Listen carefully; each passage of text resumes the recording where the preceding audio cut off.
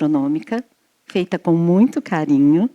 Estamos com o bazar, estaremos, né? Também com o bazar aberto e a nossa livraria. Tudo isso faz com que a gente possa evoluir nos nossos trabalhos de edificação de todos nós.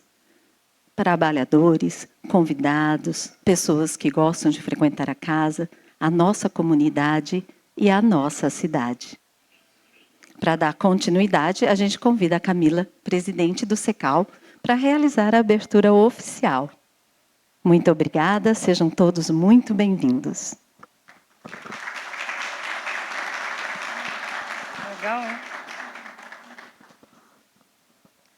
Boa noite a todos.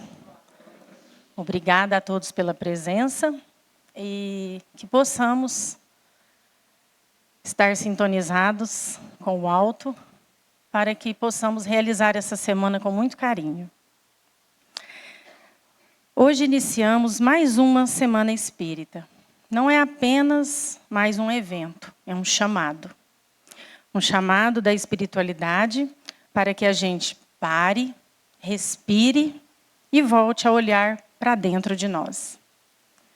Porque, no fundo, todos nós estamos buscando respostas, estamos buscando sentido, buscando consolo, né? E foi com muito carinho, com muita responsabilidade e, acima de tudo, com muita inspiração, que nós escolhemos o tema para essa semana. Vida, morte e reencarnação. Um tema profundo, necessário, mas que para muitos ele é até desafiador, né? Também, eu acho que é um dos mais libertadores. Porque quando compreendemos que a vida não encerra aqui, que a morte não é um fim, mas uma passagem, e que a reencarnação é uma oportunidade de recomeço, algo dentro de nós se acalma. O medo dá lugar à esperança, a dor encontra o consolo. E a nossa caminhada passa a ter um novo sentido dentro dos ensinamentos da doutrina espírita. Somos todos convidados todos os dias a evoluir, a amar mais, a confiar nos caminhos que Deus traça para cada um de nós. E é exatamente isso que desejamos para esses dias. Que a palavra aqui compartilhada hoje e durante essa semana não seja apenas ouvida, mas sentida. Que toque o coração, que abrace a alma, que desperte em nós aquilo que às vezes está adormecido. Que possamos sair daqui diferentes, mais leves, mais conscientes e mais fortalecidos. Principalmente, mais conectados com a certeza de que nunca estamos sozinhos. A espiritualidade nos ampara e Deus nos sustenta. E a vida continua.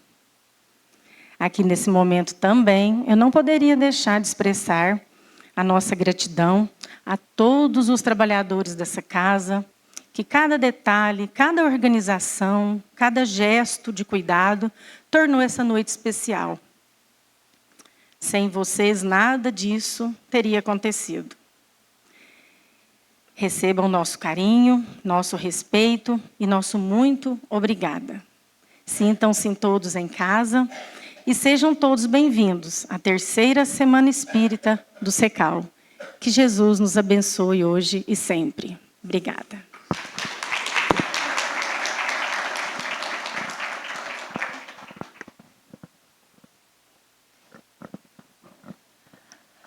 Para iniciarmos em sintonia com o plano maior, convidamos agora Danilo Cassimiro para conduzir a prece inicial.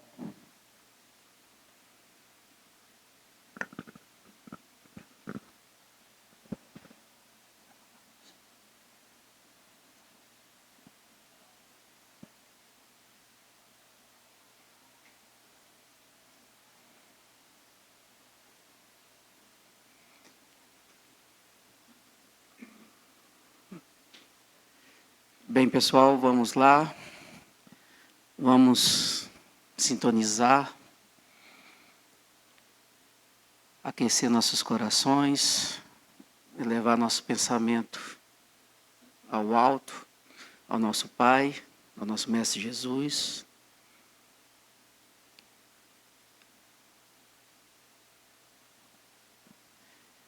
Bem-aventurados todos aqui, pela graça de Deus, sendo abençoados por mais um dia de vida, vivenciando, vivendo, tendo milagres no dia a dia, mesmo às vezes sem perceber, mas com a glória e a perfeição de Deus sempre contando conosco. Quero, junto a vocês, agradecer, especial ao Secal, por trazer essas oportunidades únicas e sendo vivenciado por todos nós. Que a paz do Senhor esteja convosco, a cada um, encarnados e desencarnados, que aqui se fazem presente nessa casa de oração. Que sejam todos abençoados e que assim seja.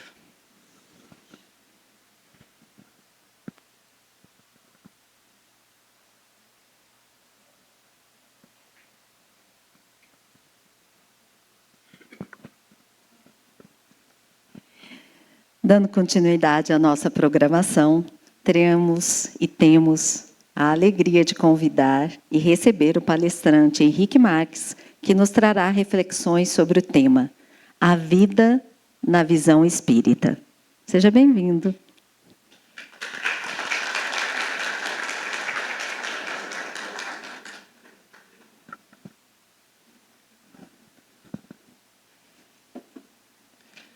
Boa noite a todos.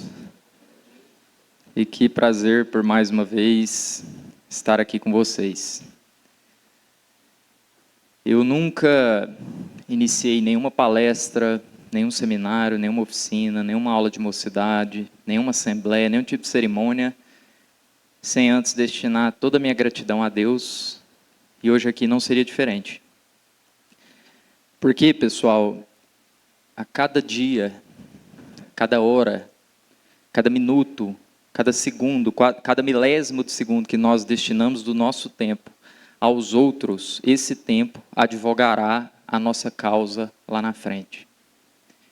E sobre o bom emprego do tempo, sobre a valorização do tempo, eu gosto sempre de recordar de um diálogo de Paulo de Tarso com um jovem, com João Marcos. Isso está relatado por Emmanuel lá no livro Paulo Estevão, obra de Emmanuel pela psicografia do Chico. João Marcos, que viria a ser um dos evangelistas. Nós temos 4 evangelistas, Mateus, Lucas, Marcos e João. Esse Marcos, do terceiro evangelho, seria o João Marcos. João Marcos, que era sobrinho de Barnabé e viria a ser um dos discípulos de Simão Pedro. E aqui ele tinha 12, 13 anos, ele pede para Paulo de Tarso e para Barnabé para participar das suas peregrinações, para fazer as viagens em que Paulo de Tarso, junto com Barnabé, fundava igrejas. E claro que Paulo recuou, sabendo dos perigos daquelas viagens. Eles eram perseguidos, às vezes apedrejados, torturados, passavam privação de alimento, então Paulo totalmente contra. Mas Barnabé argumenta a favor do sobrinho, João Marcos pede, insiste, e Paulo concorda. Na primeira viagem acontece justamente o que Paulo temia. Frente às primeiras adversidades, frente às primeiras dificuldades, João Marcos quer ir embora. E ele vai. Mas não vai sem antes escutar Paulo, que se vira para ele e fala: olha, João, o trabalho é uma muralha contra as tentações. O trabalho de Jesus é tão importante aos nossos olhos que devemos disputar aos outros qualquer parte da sua execução em benefício próprio. Davi era fiel, porém bastou descansar, se entregou ao adultério.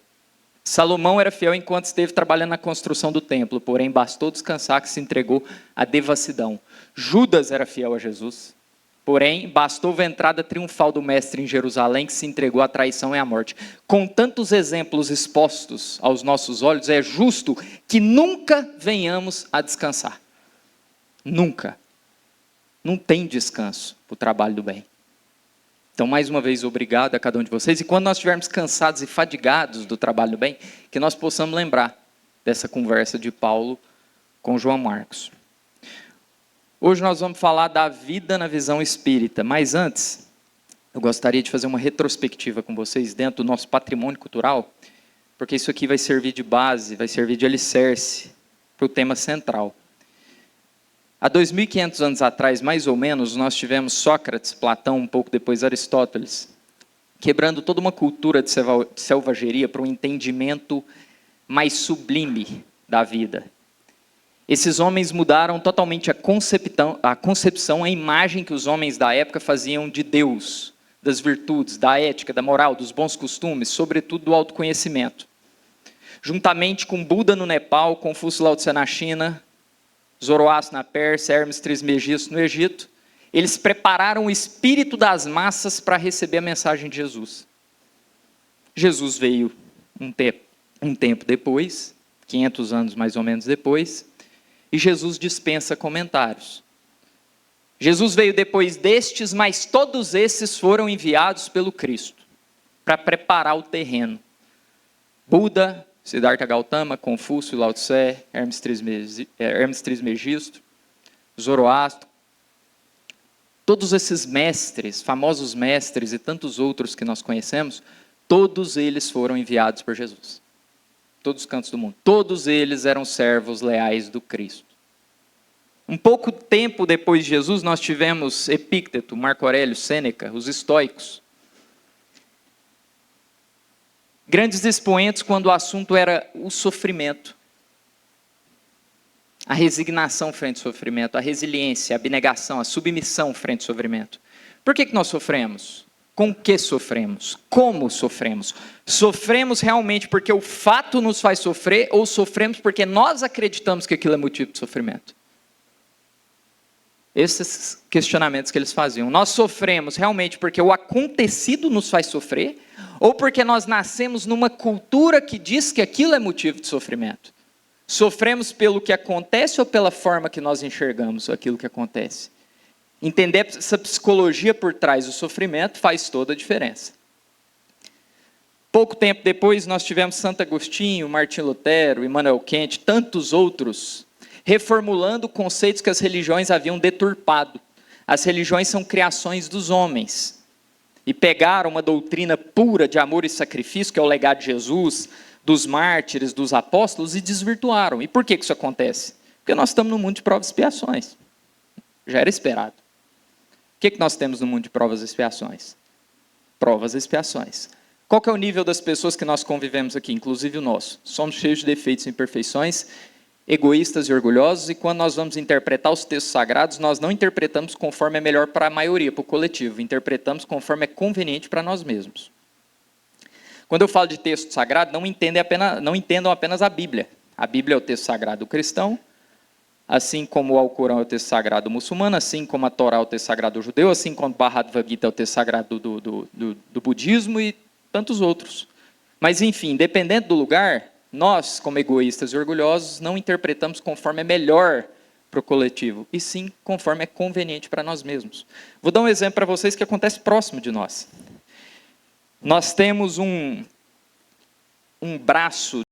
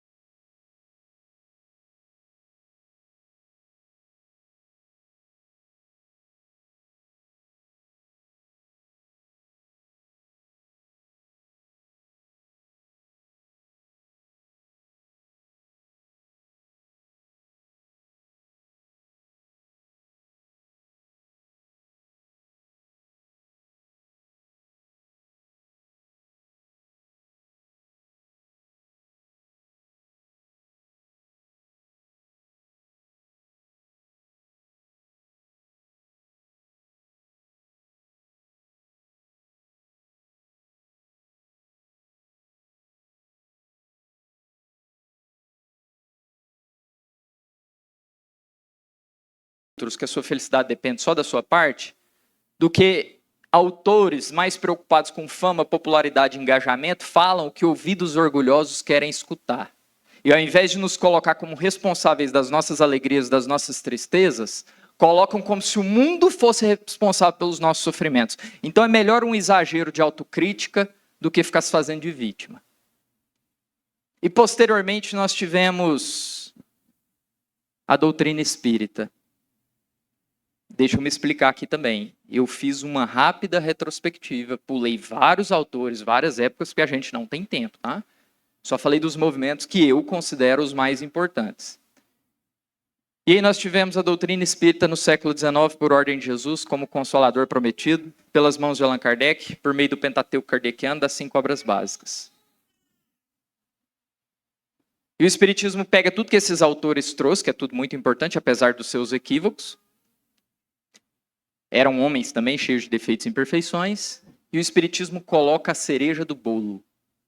A caridade como caminho indispensável para a felicidade. Fora da caridade não há salvação. E não compreendam aqui, naturalmente, eu não estou falando da caridade material, apenas dela.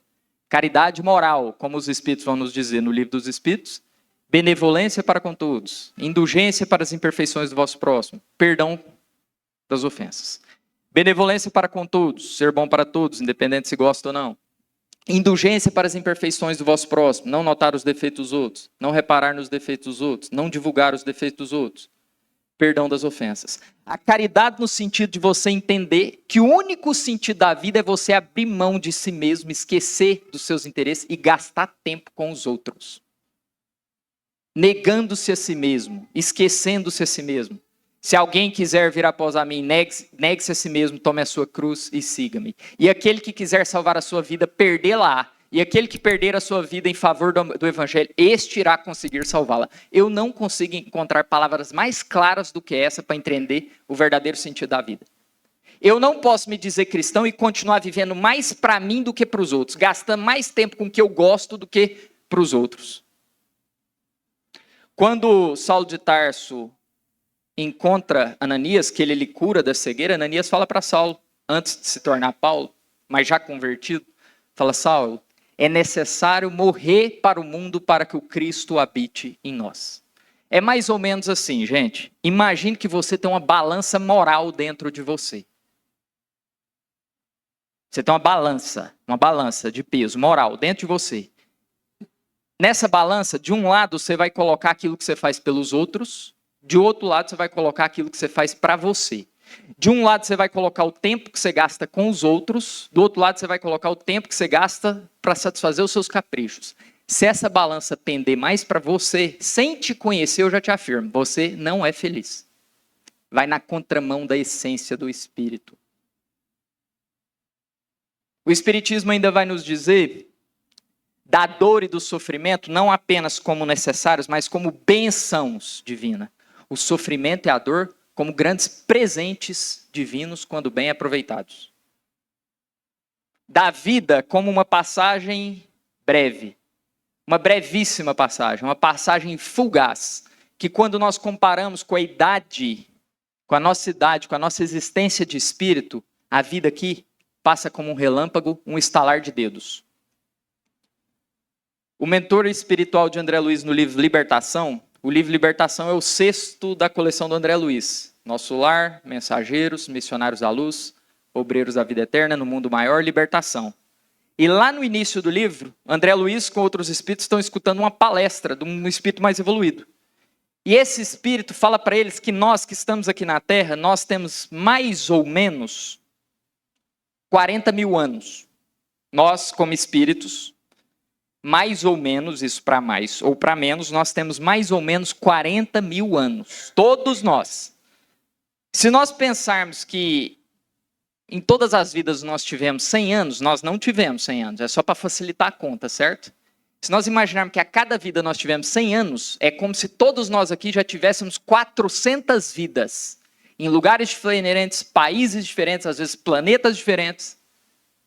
Em nações diferentes, falando línguas diferentes, religiões diferentes, posições diferentes, como homem, como mulher, como pobre, como rico. Então, gente, 400 vidas, nós não podemos alegar mais ignorância. Falar que a gente não sabia o que era certo, o que era errado. Não dá. Nós já temos maturidade.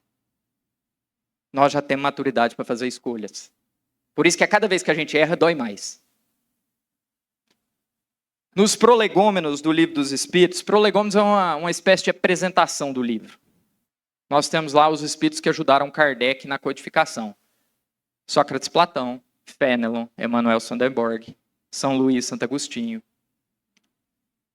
Simão Pedro, o Evangelista, Paulo de Tarso, Erasto, entre outros. E eles falam para Kardec, eles pedem para Kardec colocar no cabeçalho do livro uma cepa de uma uva, um galinho de uva. Porque conforme eles, aquilo representa o emblema do trabalho do Criador. Representa o trabalho de Deus e a evolução dos homens. E vamos entender essa simbologia aqui. A cepa da uva, que é o caule, o tronco, representa o corpo físico. O bago, são as uvas, os cachos, representam a alma, que é o espírito ligado na matéria, passando e amadurecendo aqui com as experiências. Amadurecendo com as experiências. E o suco, o licor, a seiva e o vinho que sobra depois que a uva é descartada, é o espírito e a sua essência depois de passar pela reencarnação. Por que eles fazem essa analogia aqui? Porque o desenvolvimento dessa planta, da semente, é muito parecido com o desenvolvimento do espírito humano. Eu tenho uma semente, suponhamos que eu tenho uma semente de uva na minha mão. Eu planto ela. O que ela precisa? Ela precisa das condições ideais. Ela precisa de chuva, de água, de nutrientes, de sol. E só depois de um esforço hercúleo muito grande, ela vai conseguir desabrochar e vai nascer aquele pezinho de uva. O pé de uva é uma trepadeira. Para alcançar as condições ideais, ele precisa de tudo isso, dos nutrientes, do sol, da chuva, da água, alcançando determinada posição, para lá na frente, depois de muito esforço, começar a dar as primeiras uvinhas. Essas uvinhas são pequenininhas, nascem verdes, para amadurecer elas vão precisar da mesma coisa, sol, chuva, água, nutrientes. As uvas então, depois de muito esforço, de uvas verdes passam para uvas maduras. Acabou por aí? A uva vai ser destacada, pisoteada, fermentada, esmagada, para depois de muita dor e sofrimento, largar aquela casca, aquele fruto e sobrar o quê? O vinho, a essência, a seiva, o licor. Idêntico ao movimento do espírito humano, que nasce aqui passando por diversas fases: gestação, nascimento, infância, adolescente, a juventude, fase adulta, velhice, desencarne. Em cada uma dessas fases, provas, expiações, dificuldades, sofrimentos, frustrações, decepções, para depois de muito esforço largar esse corpo aqui que é só uma roupa. Isso aqui é igual um copo descartável, a gente usa e joga fora. Nós não somos esses corpos. Isso aqui é uma veste material que eu uso e joga fora. Tivemos 400 desse aqui já, desse corpo aqui. Depois de muito esforço, passar por aqui, se bem aproveitado, se tornar um espírito um pouco mais evoluído. E os espíritos lá nos prolegômenos terminam dizendo assim: o homem purifica o espírito pelo trabalho. O trabalho não é só o trabalho remunerado, tá? Qualquer ocupação útil, qualquer coisa que você está fazendo de útil para alguém é trabalho. O trabalho, como Paulo disse lá para João, é uma muralha contra as tentações. O homem purifica o espírito pelo trabalho. E tu sabes que é somente pelo trabalho do corpo. Vejam isso. Somente pelo trabalho do corpo que o espírito adquire conhecimentos. Não tem outra forma de evoluir sem reencarnar. Não existe. Pelo Livro dos Espíritos, nós vamos aprender na primeira pergunta, na primeira resposta, que Deus é inteligência suprema, causa primária de todas as coisas.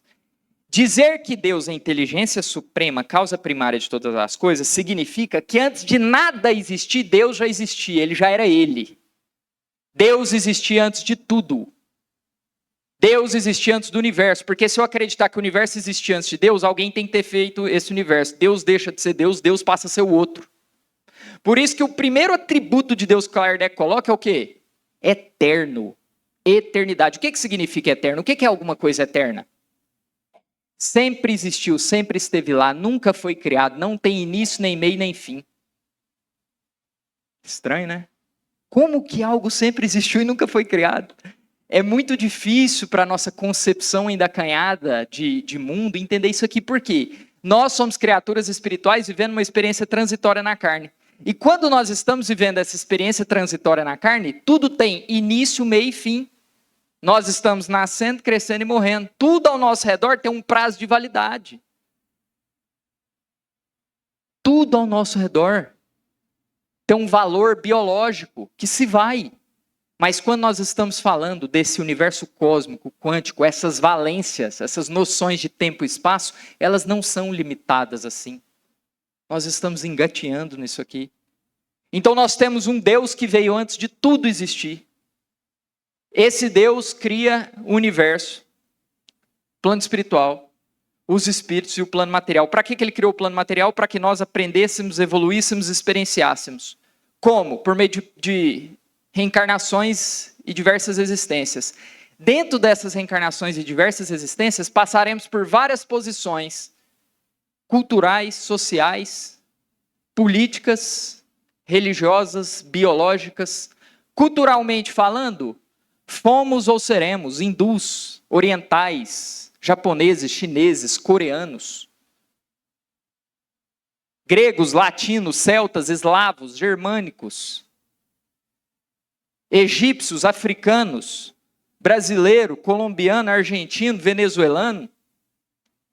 Socialmente falando, fomos ou seremos ricos, pobres, classe alta, classe média, classe baixa, morando no subúrbio, na periferia, em zonas mais nobres. Politicamente falando, fomos ou seremos reis, rainhas, príncipes, princesas, patrícios, plebeus, governador, vereador, presidente, governante, governado.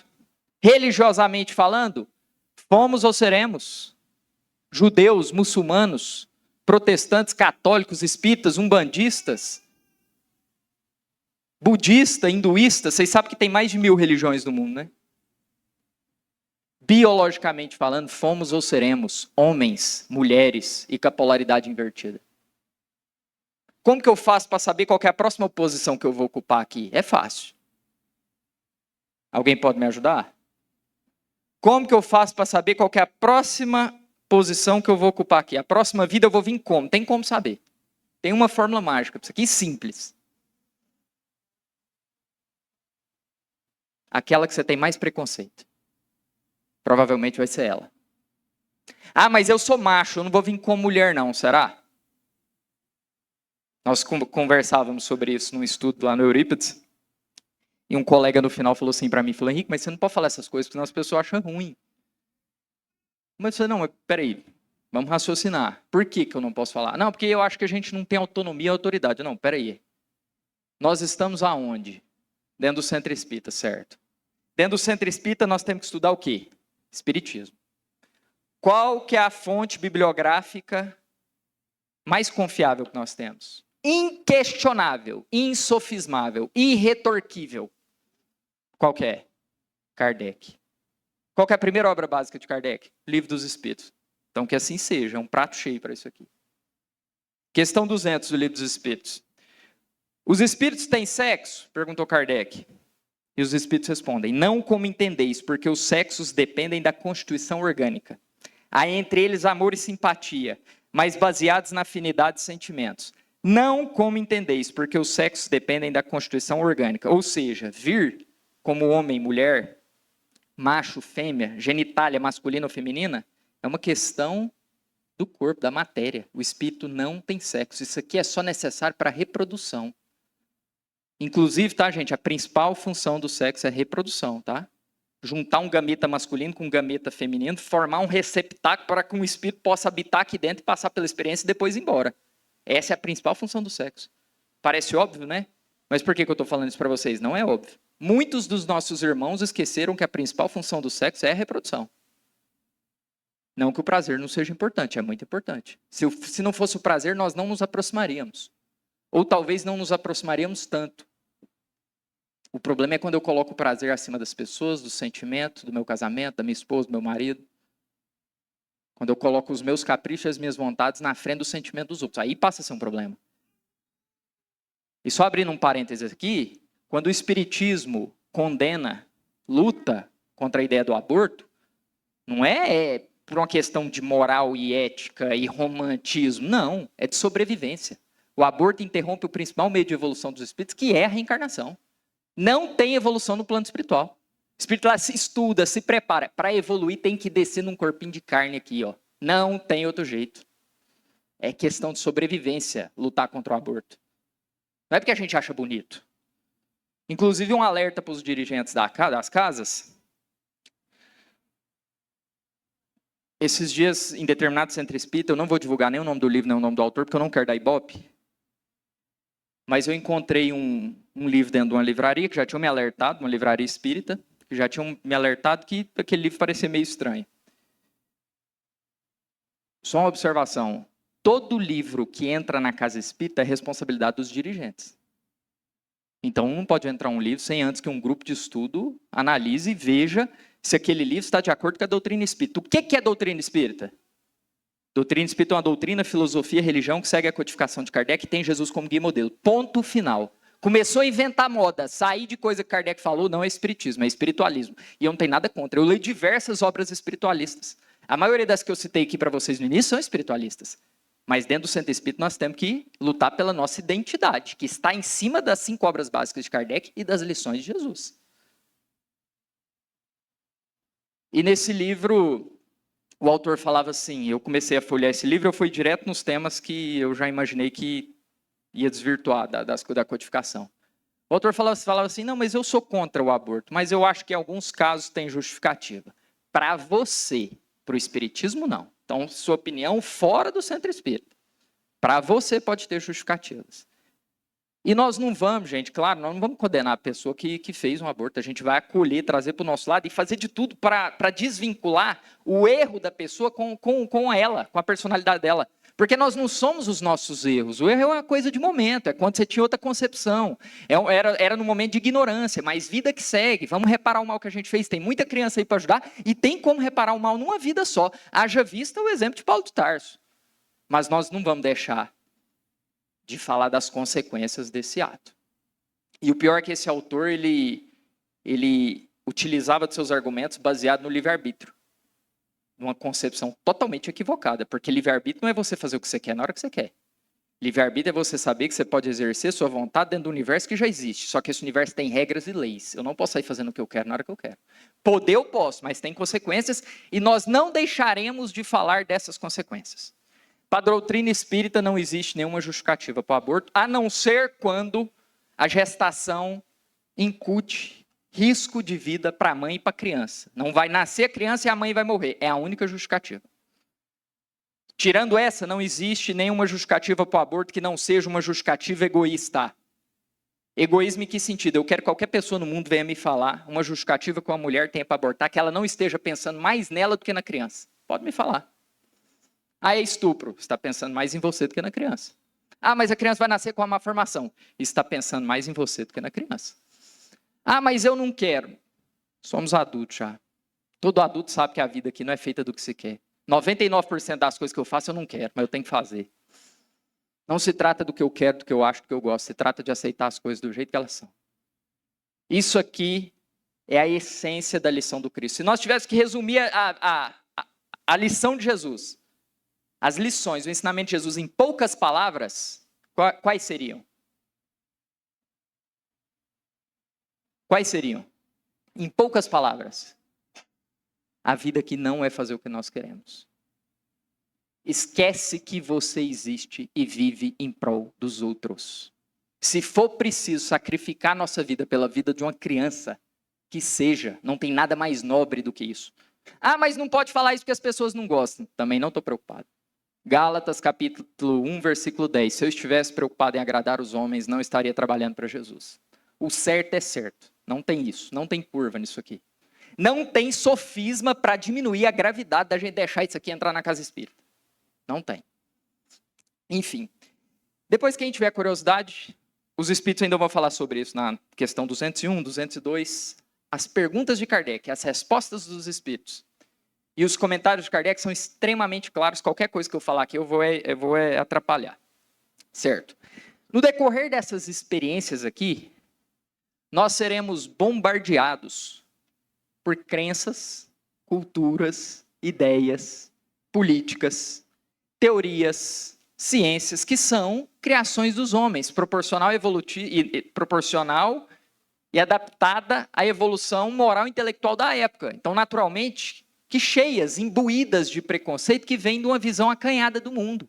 Gente, no mundo aqui nós estaremos o tempo todo sendo bombardeados por modismos, crenças limitantes e estereótipos de um mundo que está o tempo todo dizendo que você tem que ser assim, que você tem que fazer aquilo, que você tem que comprar aquilo. Nós vamos adotando essa liberdade proposta pelo mundo e vamos nos tornando escravos daqueles que ditam essas necessidades. Naturalmente que a minha vida vai se tornando vazia, porque nós não estamos aqui para viver para o mundo, nós estamos aqui para viver no mundo, fazendo com que a nossa mente seja o comandante, não o comandado. Por isso que Schopenhauer já falava, somos livres para fazer o que queremos, certo? Somos livres para fazer o que queremos. Mas não somos livres para querer o que queremos, porque na maioria das vezes aquilo que nós achamos que nós queremos foi alguém lá fora que falou que a gente queria aquilo. E a gente perde tempo em conquistar coisas que o mundo está o tempo todo te oferecendo.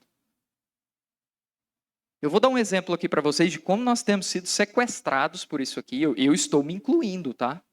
E nós não percebemos. Se eu perguntasse assim para vocês, quem é você? O que vocês me responderiam? Talvez eu começaria dizendo assim, eu sou o Henrique. E já comecei errado. Porque Henrique é um código de identificação que me deram, não sou eu. É necessário os nomes aqui? Certo. Claro, seria muito difícil conviver se a gente não tivesse esses códigos de identificação, mas não sou eu. Ah, eu sou profissional de educação física. Não, não sou. Estou como? É a minha profissão que eu escolhi nesse momento. Fala muito sobre mim? Sim, mas não sou eu. Por que todas as vezes nós vamos falar quem nós somos, nós falamos de coisas do mundo, externas, e não coisas que estão vinculadas a nós? Porque quem que eu sou? Eu sou uma inteligência pensante consciente, cheio de defeitos, com poucas virtudes, tentando melhorar a cada dia. O quem eu sou fala do meu caráter, da minha personalidade. E por que nós não sabemos dar essa resposta? Por que nós não sabemos dar essa resposta? Porque nós nascemos num mundo, no meio, no momento, no mundo materialista, numa inversão de valores, que nos diz o tempo todo quem nós devemos ser, que não encoraja e não incentiva você a pensar nisso aqui. Sabe por quê? Porque se vocês começarem a pensar nisso aqui que nós estamos falando, você deixa de ser escravo. Por isso que o mundo não quer que você pense nisso. O que é que o mundo quer que você pense o tempo todo? Tem que ter um celular assim, tem que ter uma casa assim, eu tenho que ter um carro assim, meu cabelo tem que ser assim, eu tenho que fazer um procedimento estético. Eu tenho que ficar me enquadrando num padrão de beleza estabelecido pela sociedade. Eu tenho que vestir roupa de marca. O mundo está querendo, diz o tempo todo que prazer vem acima de tudo. Prazer vem acima de família, prazer vem acima de trabalho, de dever, de compromisso, de filho, de tudo. Vários foram os homens que tentaram nos libertar disso aqui. Jesus, Sócrates, Paulo e tantos outros que foram mortos, martirizados, assassinados, que tentaram nos libertar desse cativeiro. Gente, não é um cativeiro físico, é um cativeiro mental. Eu brinco com os meninos na mocidade que hoje a principal função de uma religião, das doutrinas e das filosofias, é fazer uma reprogramação mental, nos libertar de tanta coisa que o mundo lança, que é mentira. Mentira. Jesus diz, do que adianta você ganhar o mundo todo se você perder a sua alma? A Joana de Ângeles tem uma obra maravilhosa, de 16 livros, uma obra que o pessoal chama de obra psicológica da Joana de Ângeles, pela psicografia do Divaldo. O terceiro livro se chama Plenitude. E no prefácio desse livro ela fala o seguinte: certamente o sofrimento faz parte da vida, por ser mecanismo da natureza, através do qual o progresso intelecto-moral se expressa e consolida. Igualmente, o espírito necessita lapidar as arestas que lhe encobrem a luminosidade. E para tal, o sofrimento se apresenta como ocorrência normal, que o conhecimento e a força de vontade conseguem conduzir com equilíbrio, alcançando a finalidade sublime a que se encontra destinado. O sofrimento se apresenta como ocorrência normal. Vocês sabem o que mais me chama a atenção? Essa frase aqui, que o sofrimento se apresenta como uma ocorrência normal. Por que eu falo que é o que mais me chama a atenção? Porque com o advento da ciência, com o progresso das tecnologias e das nossas facilidades, nós começamos a colocar os sofrimentos como se fossem coisas raras, extraordinárias. Extraordinária no sentido não de ser bom, mas no sentido de ser raro. Começamos a classificar os sofrimentos como se fossem coisas que nós não deveríamos estar submetidos, como coisas estranhas, esporádicas, quando na verdade sempre fizeram parte da nossa vida e tem que ser visto como coisas naturais. Naturalidade. Nós estamos num mundo de quê? Provas e expiações. O que nós vamos passar aqui? O que nós teremos aqui todos os dias até o dia que nós morrermos? O que nós temos que acordar esperando todo dia? Provas e expiações. Ah, mas eu não estou passando por dificuldades. Pode esperar, elas vão chegar. Você não está no mundo de prova e expiação, né? Ah, não, mas você está me amaldiçoando. Não. Estou sendo realista e adulto, gente. Vou dar um exemplo, porque isso aqui está acontecendo do micro ao macro. Quanto mais a gente coloca o sofrimento como se fosse uma coisa estranha, mais a gente sofre. Se a gente encara com naturalidade, como os nossos avós encaravam, tudo fica mais fácil. Eu vou mostrar para vocês do micro ao macro. Um exemplo pequenininho, mas isso está acontecendo em todas as dimensões. Eu imagino que não só eu, como vários de vocês, recebem demandas estranhas como profissionais hoje. Eu sou professor de educação física, algumas coisas aparecem assim para mim. Do ano passado para cá, apareceu muita situação assim, do pai e a mãe querendo que eu ensinasse os filhos a andar de bicicleta. O que eu não acho estranho, não é isso. Até mesmo porque bicicleta antigamente era um item necessário, hoje já não é mais. Antes era uma necessidade, hoje não é. O estranho é que acontece em alguns casos, porque com a experiência eu aprendi o seguinte, na primeira aula eu não quero ver nem criança nem bicicleta. Eu quero sentar com o pai e com a mãe e falar assim, então você sabe, você pediu para ensinar seu filho a andar de bicicleta. Você sabe que ele pode cair, né? Nossa, pode cair? Pode cair. E pode machucar? Eu falo, claro. Ué, se machucar, você leva para o hospital, ué. Qual que é o problema? Ainda bem que tem hospital. Nossa, mas pode quebrar um braço? Pode. E se quebrar, engessa? Qual que é o problema? Por que nós estamos pegando coisas tão normais e transformando em tempestades? Isso sempre foi natural. Isso eu estou falando de uma coisa pequena. Vocês imaginam em outras dimensões. Sabe o que é o problema? Nós vivemos e enxergamos a vida como se todos os nossos planos tivessem que acontecer exatamente da forma como nós planejamos, sem passar por nenhuma prova, expiação, dificuldade, sofrimento. Ao contato do menor imprevisto, já nos aborrecemos. Vivemos e enxergamos a vida como se nós pudéssemos ter controle sobre tudo, sobre todos, sobre tudo na nossa vida e tudo na vida das pessoas que nós amamos. Vivemos e enxergamos a vida como se o universo girasse em torno dos nossos caprichos. Naturalmente que vivendo e enxergando a vida dessa forma, a gente vai se frustrar. Porque o universo não gira em torno das nossas vontades. Nós que temos que nos adaptar ao universo. Isso aqui não é um playground, não é um parque de diversão, não é um mar de rosas, não é um conto de fadas, não é o viveram felizes para sempre. Nós estamos aqui ainda no nível de espírito de provas e expiações para passar por algumas dificuldades. A Joana ainda vai dizer, nesse livro, agora no capítulo 1 que se chama O Sofrimento, ela vai falar assim, que nós temos que enxergar a justiça por trás do sofrimento para enxergar o sofrimento com naturalidade. E não interpretem mal a autora. Ela não está dizendo que nós devemos fazer festa, dar pulos de alegria. Isso seria utopia, hipocrisia da nossa parte. O que ela está dizendo é que as nossas necessidades atraem até nós as condições necessárias. Tudo que é seu encontrará uma forma de chegar até você e não existe injustiça por parte de Deus. O Espiritismo vai dizer que até a criança que nasce numa família toda desajustada, que lá na frente ela vai ter traumas, transtornos, dificuldades, é proporcional e relativa à necessidade daquela alma. Nós nascemos exatamente onde nós precisamos. Ninguém aqui nasceu com a família errada. Pode pensar na maior tragédia familiar que vocês já viram. Ninguém nasceu na família errada. Não tem erro por parte de Deus. E ela ainda vai falar que nós temos que encontrar a lição por trás do sofrimento para que ele não volte por meio de outras circunstâncias. Porque geralmente qual que é o movimento que nós fazemos?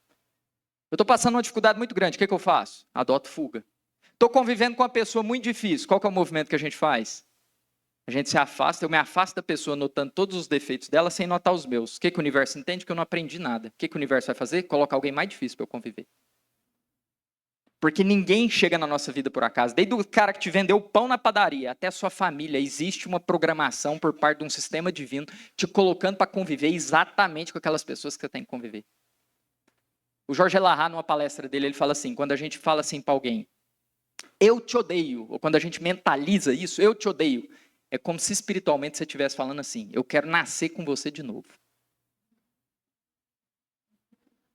Questão 621 do Livro dos Espíritos, Kardec questiona: onde estão escritas as leis de Deus? E os Espíritos respondem: na vossa consciência. A nossa consciência traz até nós essas situações para a gente obter paz de espírito e consciência tranquila no dever cumprido. Se eu estiver de consciência pesada, eu posso esperar que dificuldades vão chegar na minha vida. Porque a nossa consciência, por mais que nós não tenhamos consciência disso, pede a reparação. Se eu perguntar aqui para alguém de vocês, quem quer passar por sofrimento? Quem levantaria a mão?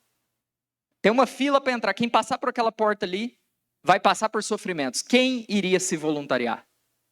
Ninguém. Mas inconscientemente nós não só queremos, como nós necessitamos. Porque o nosso inconsciente não responde aos nossos desejos do agora, e sim às necessidades para trás.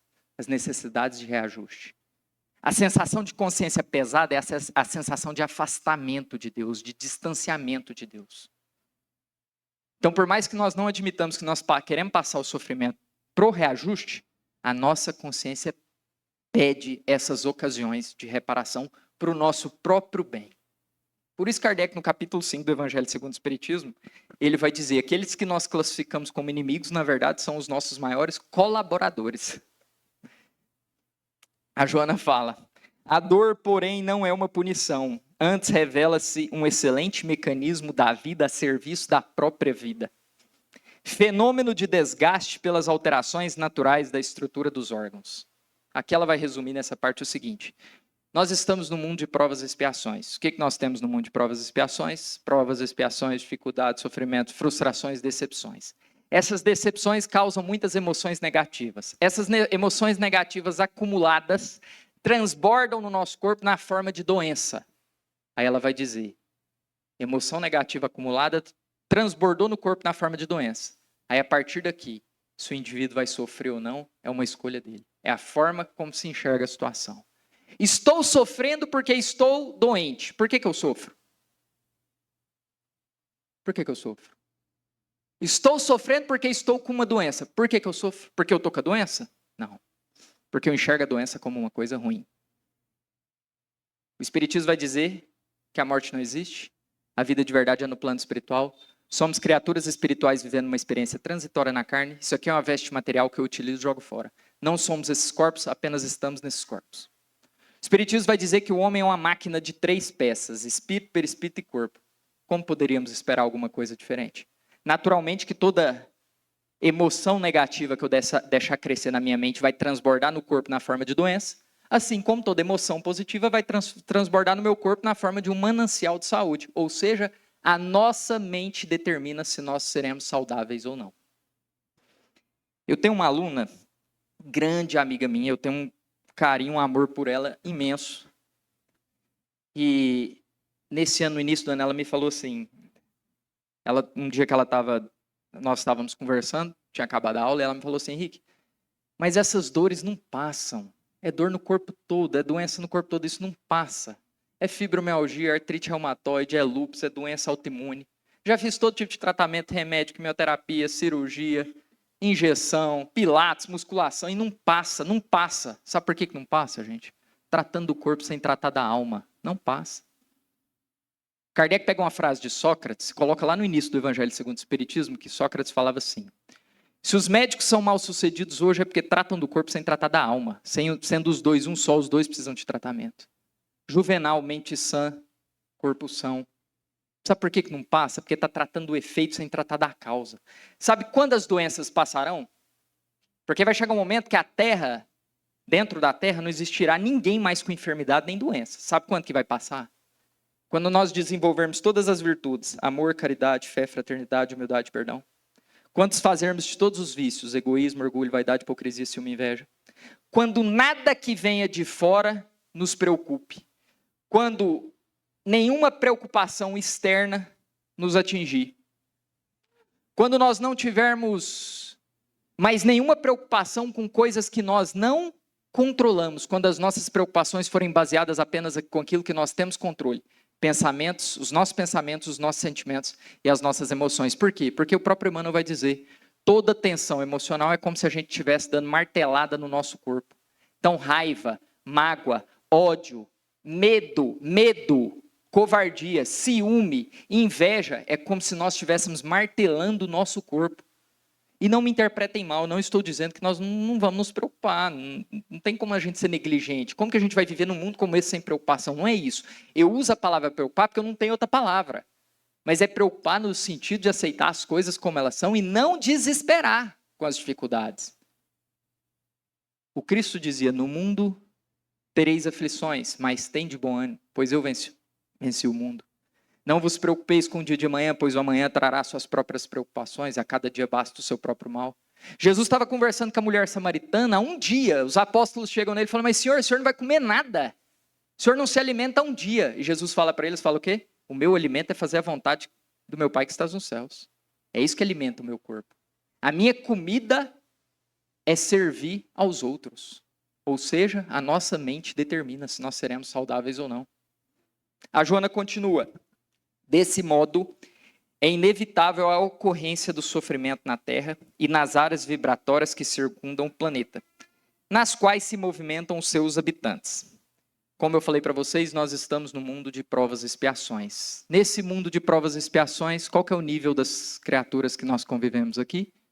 Pessoas cheias de defeitos, cheias de imperfeições, assim como nós mesmos. Todo momento, todos os lugares, todos os ambientes, nós estamos convivendo com pessoas cheias de defeitos e imperfeições. Ou vocês conhecem alguém perfeito? Alguém aqui conhece alguém perfeito? Pensa na pessoa que você mais ama. Ela é perfeita? Todos os momentos, todos os lugares, todos os ambientes, nós estamos convivendo com pessoas cheias de defeitos e imperfeições. É sério que nós estamos esperando que as pessoas acertem? O que é natural aqui? Que as pessoas errem. Já acorde sabendo que as pessoas vão errar com você. Isso é o normal. Isso é o normal. O estranho é quando você convive com alguém que sempre acerta. Essa criatura não é desse planeta. Ué.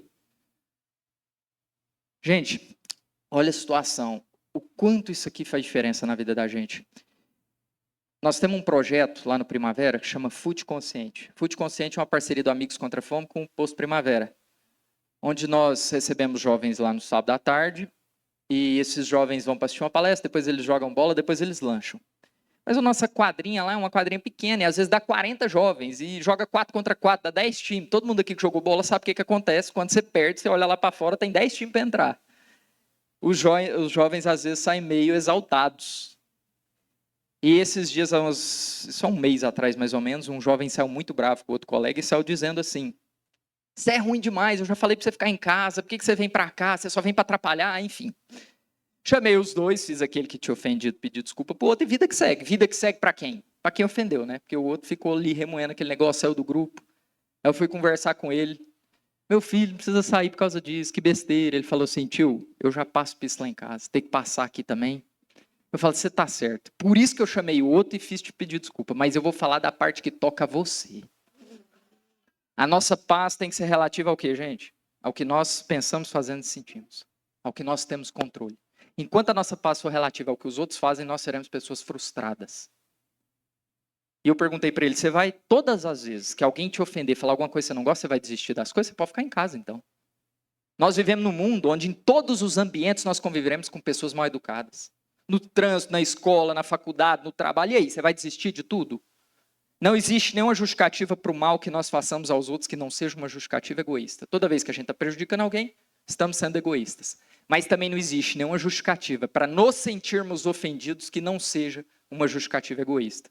Porque a justificativa sempre é a mesma. Ah, o outro não gosta de mim, o outro me ofendeu, me colocou um apelido. Sempre voltando pro eu. Um ego que quer ser massageado e aplaudido o tempo todo. Porque respeito todos nós aqui merecemos. Agora eu querer obrigar as pessoas a me tratar da forma que eu acho que eu mereço ser tratado, arrogância e prepotência da minha parte. A gente tem que tirar o foco de quem está ofendendo e focar em quem se sente ofendido, fazer o indivíduo se tornar dono de si mesmo e parar de se importar com o que vem de fora. Não é combatendo quem faz o mal que a gente vai vencer. É fortalecendo aqueles que estão maduros para fazer o bem. Não é combatendo, querendo forçar os outros a pensar da forma que a gente pensa. Ah, Henrique, mas isso é impossível, isso não acontece. E eu sei que se eu citar Jesus como parâmetro para vocês, realmente parece impossível. Mas vocês já ouviram, já leram a história? Alguém aqui, eu tenho certeza que já leu pelo menos algum livro dele? Do cara que eu citei lá na frente, do estoico, Marco Aurélio, imperador de Roma, escreveu aquele livro Meditações, que é um best-seller. O Marco Aurélio, gente, era casado com a Faustina. E o Marco Aurélio descobriu, imperador de Roma, não que ele descobriu, na verdade ele ouviu boatos e burburinhos que a sua esposa estava lhe traindo. E o que ele fez? Nada, continuou tratando ela da melhor maneira possível. E os seus áulicos e os seus subordinados não entendiam, não aceitavam, mas, Senhor, ela está te traindo. Você não vai fazer nada. E ele falava, repitam a frase. Ela está te traindo, repitam a frase. Ela está te traindo, repita a frase. Ela está te traindo. Pois é, ela. O que ela faz é problema dela. A minha felicidade é baseada no que eu faço. Felicidade só vem do que nós fazemos aos outros. Todas as vezes que nós esperamos construir nossa felicidade mediante o que os outros estão fazendo, seremos pessoas frustradas. Estranho, né? Estranho isso aqui que eu falei para vocês. Parece fora da realidade, né? Lembra que eu perguntei para vocês lá no início, como os estoicos perguntavam? Sofremos porque acreditamos que o acontecido nos faz sofrer? Ou porque nós nascemos numa cultura que diz que aquilo é motivo de sofrimento? O Marco Aurélio tinha entendido isso.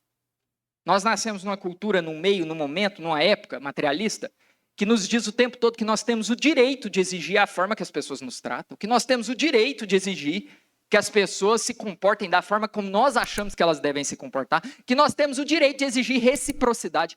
Com Jesus, não. Jesus ensinou amor renunciado.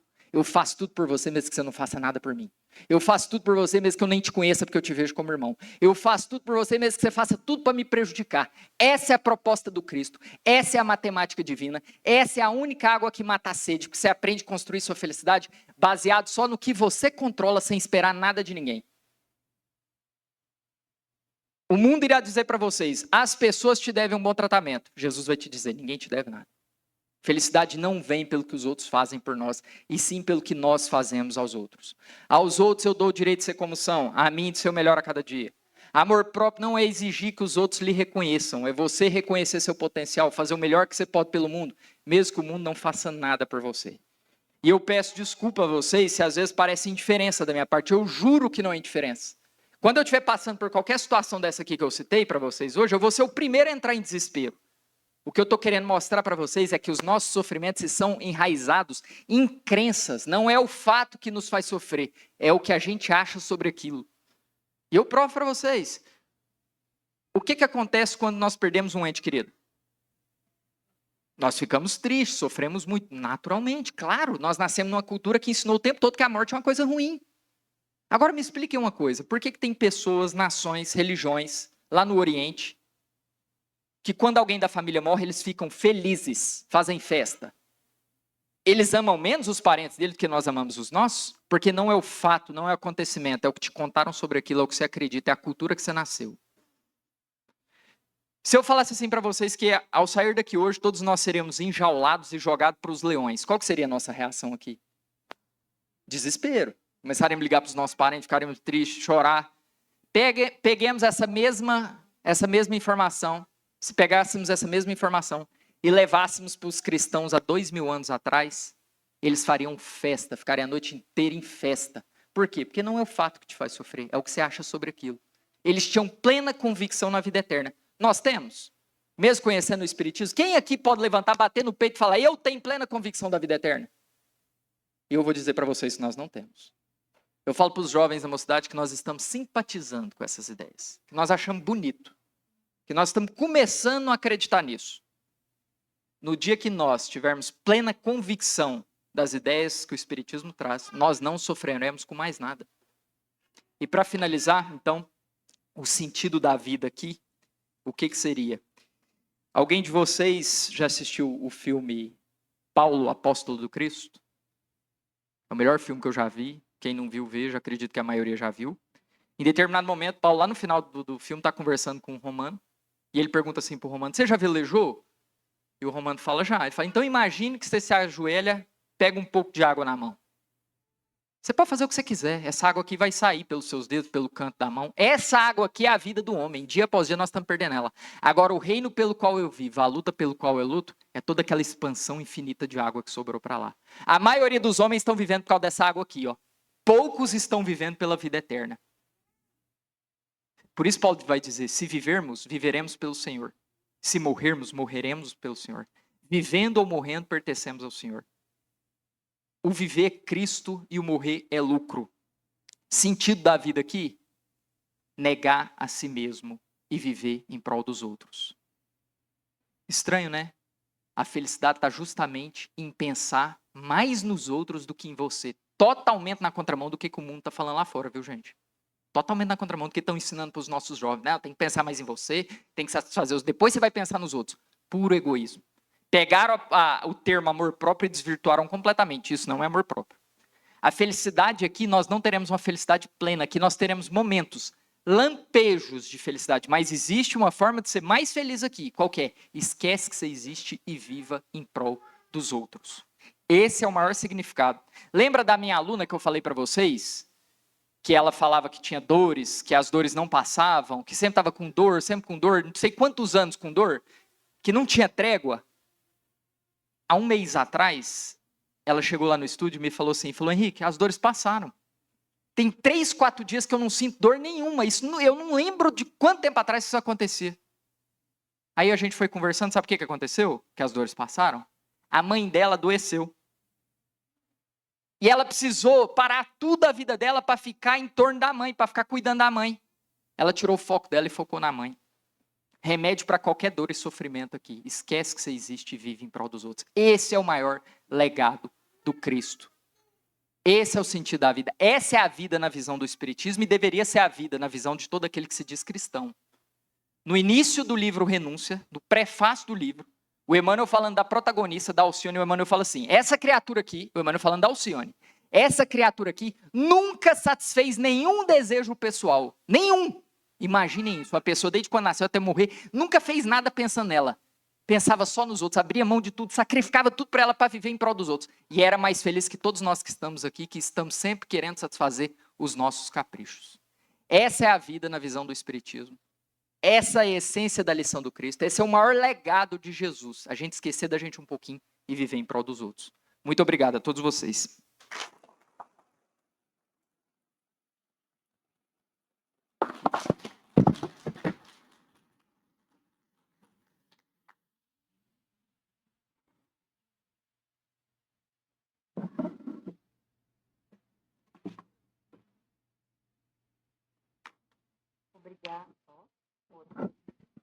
Obrigada, Henrique, pelos ensinamentos da noite e também agradecer a todos vocês por essa energia tão boa que compartilharam conosco aqui neste momento.